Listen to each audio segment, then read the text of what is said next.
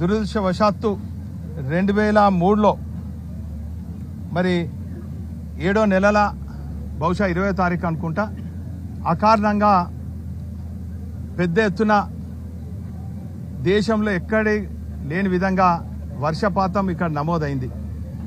100 ఏళ్లలో కూడా అంత వర్షపాతం నమోదు కాకుంటే 23లో పెద్ద వర్షపాతం నమోదైతే ఆ కారణంగా కొంత లోతట్టు ప్రాంతంలో కూడా ఈ వరద నీరు వచ్చినాయి. ఆ తర్వాత ఆ పరిస్థితిని కేటీఆర్ గారు సమీక్షించుకొని వెంటనే 100 కోట్లు అదేవిధంగా 180 కోట్లు కూడా ఈ భద్రకాళి చెరువు మరమ్మతు అదేవిధంగా నాలాలు రివిట్మెంట్ అన్ని కూడా అభివృద్ధి కోసము అడ్మినిస్ట్రేషన్ శాంక్షన్ కూడా ఇచ్చింది. కొన్ని పనులు కూడా అయ్యే క్రమంలో ఎన్నికలు వచ్చినాయి. కోడ్ కారణంగా ఆ పనులను కూడా నిలిపివేయటం జరిగింది. అయితే ఎన్నికల సమయంలో కాంగ్రెస్ పార్టీ నాయకులు మాయ మాటలు చెప్పి అమలు కాని 420 హామీలు ఇచ్చి 6 గ్యారంటీలతోని అధికారంలోకి వచ్చిన తర్వాత అనేక రంగాలలో అవినీతికి తెరలేపారు. అందులో భాగంగా మరి భద్రకాళి చెరువులో కూడా పూడికతీత పేరుతోని సుందరీకరణ పేరుతోని అవినీతికి తెరలేపారు. మరి ఆ క్రమంలో నవంబర్ 7న ఇక్కడ ఉన్నటువంటి భద్రకాళి చెరువులో ఉన్నటువంటి నీళ్ళన్నీ కూడా మరి మొత్తం విడుదల చేసిండ్రు. చెరువు అంతా కూడా ఎండిపోయింది. ఆ సందర్భంలోనే ఇక్కడ మత్స్యకారుల సొసైటీ ఉన్నది. సుమారు 800 సభ్యత్వం ఉన్నది.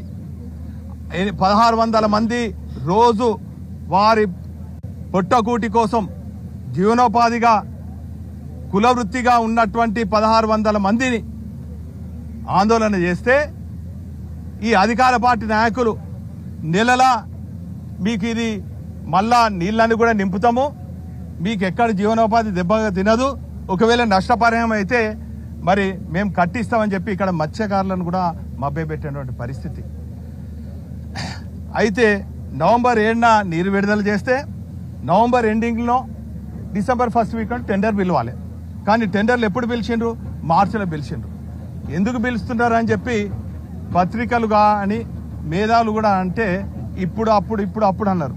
అసలు దాని వెనుక ఉన్నటువంటి భాగవతం ఏంటంటే పాపం మంత్రులకు, ఇటు మేయర్కు, ఇటు ఎమ్మెల్యేకు, ఎంపీకి అవినీతి వాటాల పోసుకోలేదు. ఈ టెండర్లు మేం దక్కించుకోవాలని మంత్రులు, ఈ టెండర్లు మేం దక్కించుకోవాలని ఎంపీ, ఈ టెండర్లు మేం దక్కించుకోవాలని ఎమ్మెల్యే, ఈ టెండర్ మేం దక్కించుకోవాలి పర్సెంటేజ్ రావాలని మేయర్. అందరి మధ్యలో సమన్వయం లేక మరి కొంత ఆలస్యమైంది.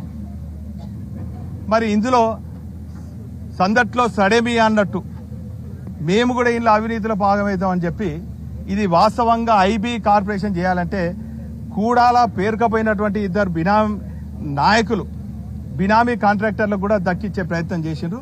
చివరికి మరి అనుకున్న రీతిలో మరి మంత్రులు కనుసైగల్లో కాంట్రాక్ట్ వచ్చిందా లేక కూడా అధికారులకు బినామీగా ఉన్నటువంటి కాంట్రాక్టర్ మాత్రము కాంట్రాక్ట్ వచ్చింది. అందరూ కూడా సమంగా పనిచేసి మరి పంచుకొని ఇలా అవినీతికి భాగస్వామైంది. ఈ సందర్భంగా మరి ఎందుకు పనులు లేట్ అవుతున్నాయని చెప్పి నేను అడుగుడు కాదు, చాలా రోజుల కింద అనేక పత్రికలు కూడా ఇచ్చేసినాయి. ఇది ఆంధ్రజ్యోతి, ఇది ఇంకొక పత్రిక, ఇంకా చాలా క్లిప్పింగ్స్ తీసుకురాలేదు. దీనికి సమాధానం లేదు.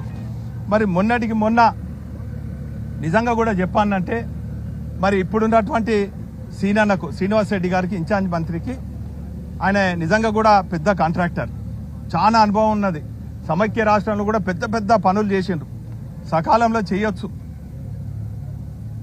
మరి ఇక్కడ ఇన్ఛార్జ్గా ఉన్నటువంటి మంత్రి సరే అతను మనిషికి వచ్చిందా రాలేదని నేను అనను. మొత్తానికి కాంగ్రెస్ వాళ్ళు నచ్చినా మెచ్చినా వ్యక్తికే కాంట్రాక్ట్ వచ్చిందని చెప్పి ప్రజలందరూ కూడా అనుకుంటున్నారు.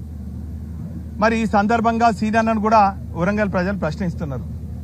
సీనన్న, నువ్వు ఇన్నిసార్లు రివ్యూ చేసినావు, ఇన్నిసార్లు వరంగల్కి వచ్చినావు, నువ్వే కదా జూన్ 15కు పనులన్నీ కూడా పూర్తయి పూడికతీతల పనులు అవుతాయి, మరి సుందరీకరణ పూర్తి అవుతుంది అని చెప్పి నువ్వే కదా మన రివ్యూ చెప్పింది. ఇక కరెక్ట్గా 24 గంటలు లేదు, ఏం పనులైనాయి? దయచేసి పత్రికా విలేకరులకు కెమెరామెన్లకు విజ్ఞప్తి చేస్తున్నా, ఏం పని అయింది ఇక్కడ? ఐబీ అధికారులను అడిగితే ఈ డీసిల్టింగ్ ఎంత లోతు తీయాలంటే జవాబు చెప్పరు.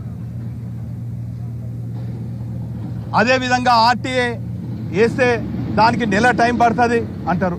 ఈలోపు మబ్బులన్నీ కూడా కమ్ముకొస్తున్నాయి, వర్షం నమోదైంది.